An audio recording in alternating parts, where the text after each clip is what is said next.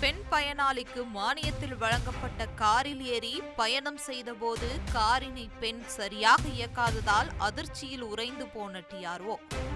மாவட்ட வருவாய் அலுவலர் மானியத்தில் வழங்கப்பட்ட காரில் ஏறி அமர்ந்து கொண்ட அவர் பயனாளி ஓட்டுநர் ஆட்சியர் அலுவலக போர்டிகோ வரை இயக்க சொன்னார். காரினை இயக்கிய பெண் தட்டு தடுமாறி போர்டிகோவிற்கு செல்லாமல் முன்பாக உள்ள தடுப்பில் காரின் டயர் மோதி நின்றதால் காரில் இருந்து இறங்கி வருவாய் கோட்டாட்சியர் ஒன்றுமே சொல்லாமல் நேரடியாக ஆட்சியர் அலுவலகத்திற்கு சென்றுள்ளார். இதனையடுத்து நாமக்கல் மாவட்ட தொழிலாளர் நலன் மற்றும் திறன் மேம்பாட்டுத்துறை அலுவலர் பெண் ஓட்டுநரை அழைத்து ஏன் பதட்டம், சரியாக வாகனத்தை ஓட்ட வேண்டும் என கூறி அறிவுரை வழங்கினார்.